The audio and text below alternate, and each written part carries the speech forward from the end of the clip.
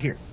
Wow, man, that feed just lit up with retail row. And here's the more. The feed's about to get added more to it. Already the first blow in this is going right now to Hens Trio's way as High Chris, the captain of the other trio, is already down and out. Now Ovation Knight's in trouble. It's a 3v1. There were so many questions all throughout the day of what happens to Hen. These guys are in trouble. Everything in Craggy is basically blown to smithereens, but there's no pressure. They don't even look like they're sweating right now off that first game. These guys are still in champion form. We've already saw eliminations go down in retail row. We actually saw some eliminations at Holly Hedges between Fremont and Kenzel. We saw it, they were going to be separated, and this is another hot spot in Lazy Lake. And Flois was trying to send beams down to start up, but Marvin there with the backup. And already Flois' trio that's been very dominant throughout the entire FNCS season and Lazy Lake. He's getting shots taken back at him at the same time. It's looking at it's kind of balancing out, evening out in between both teams, but there's still a numbers advantage for our team.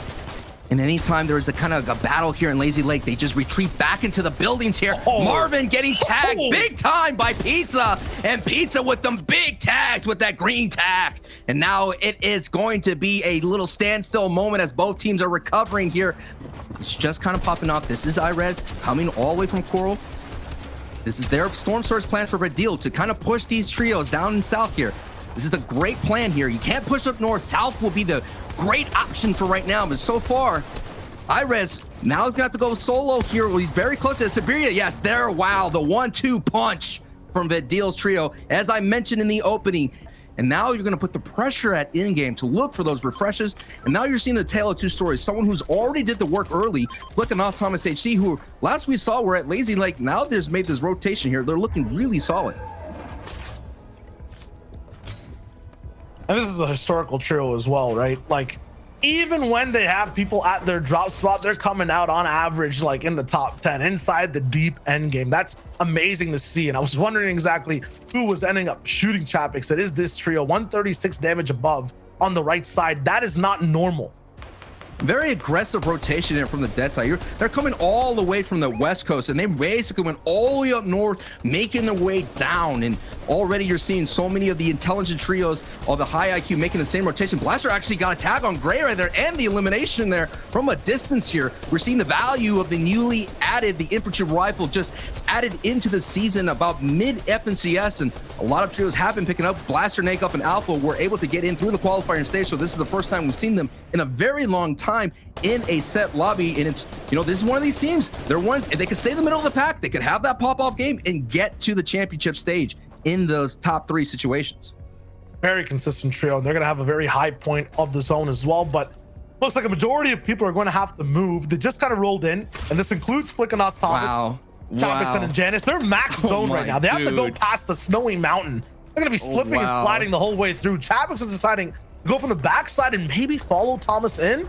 Thomas just got an Elam on the feet, so they're focused on a completely different squad right now. And Janice and Chapix, I'm not sure if they know that. I'm not sure if they exactly realize who's above them, but they're making the move now to stay up high. I am so worried for all our competitors. Look at the first taste of in-game that we're seeing right now. It is right on the edge of this big white mountain and the valley down below. And now you're seeing on the right side, you have 4ZR, Tayson, and Nate, who have a little bit of shorter rotation making their way through. Now you have Chapix on your bottom right of the screen, has to make a longer rotation, but there is Thomas HD right in front of him. And look how many competitors are on the same track here. They're gonna have to kind of make sure that no one has their eyes on them so they can hold on as many resources as possible. And Nate, 4ZR, and Tayson are below Storm Surge. This just a little bit. They got me again. They got me again. You got to give it that 1 second. It has to come all the way in. These guys are taking so many shots back to back to back, and they're the ones with Stink Bow 2. This bow's the reason that we saw a few people go down inside the storm. It has this big damage over time effect in an area that these guys are basically bullying every team with. And you'll notice how many pit stops they have to take, every team as well. These are the best teams who are holding out different lanes of engagement rolling through. These are such awkward spots for bases as well. Rarely would I see Savage in this type of spot, usually higher, usually in a spot of better priority, but everyone's forced to just survive right now.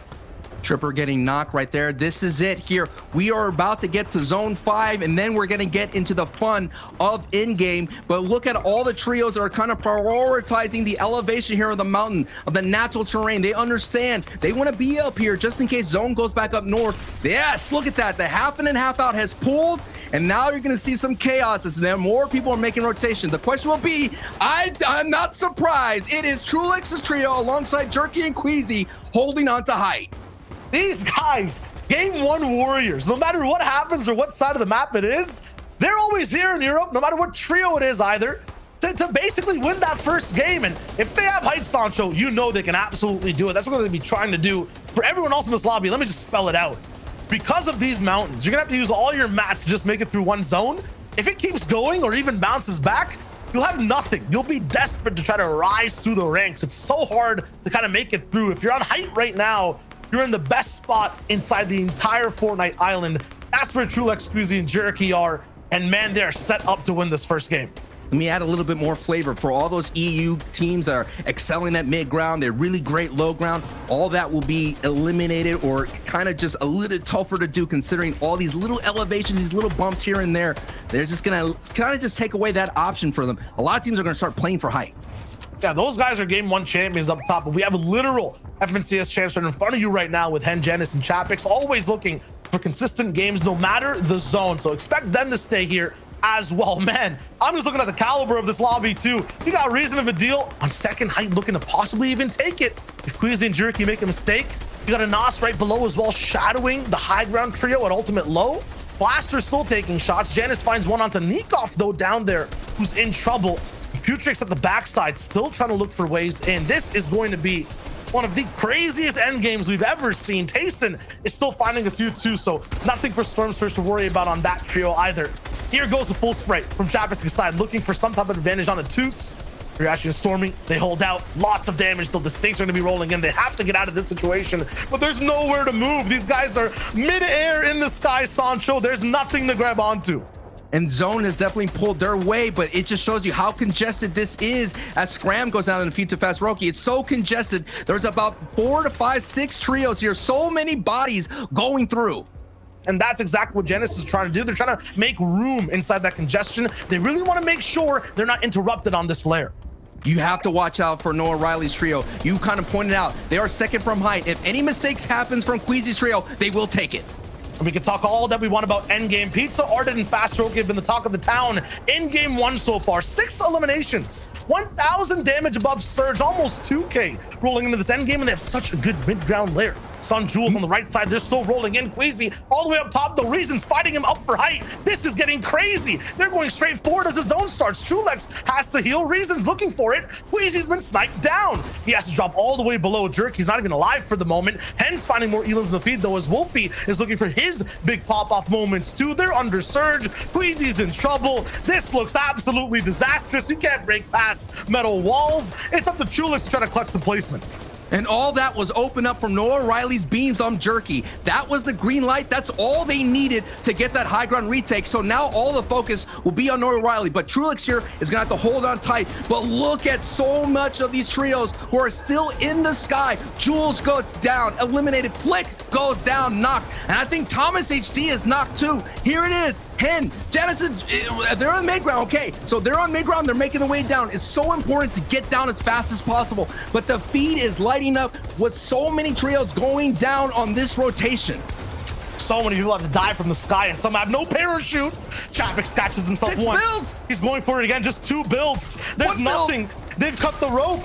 Hen's trying to make it a little bit more forward and through for the placement, but it's not possible. The entire trio getting almost absolutely eliminated. Reason, Vidil, Noah Riley looks so good on heights. Big splashdown. Reason makes it all the way through. Mappy's on low ground. This trio's chopped down to just a duo. My mistake, Janice actually survived. Somehow he has high ground now. As a solo though, against the most aggressive duo inside Europe. They're going for the backside and the front from the sides too. The big 75 takes down the king, the reigning crown holder so far. And in game 1, it looks like Reason and Vidil are here to clap back shots on the Mappy, and it's wrapped up and over. You know, iDrop and his trio had said they were going to land Orchard before. Then they did the little fake out, and they went to actually try and contest Remote's team. It didn't work out in Holly Hedges, but will they continue to land there? Will they eventually go Orchard? That's going to be interesting to see. The little Sky Classic from Qualifier 2, right? But against Savid, Rifler, and Crizzy, that's going to be a good sort of place to watch out for Weeping Woods. Who's going to come on top of that battle? Forzia, Tayson, and Nate.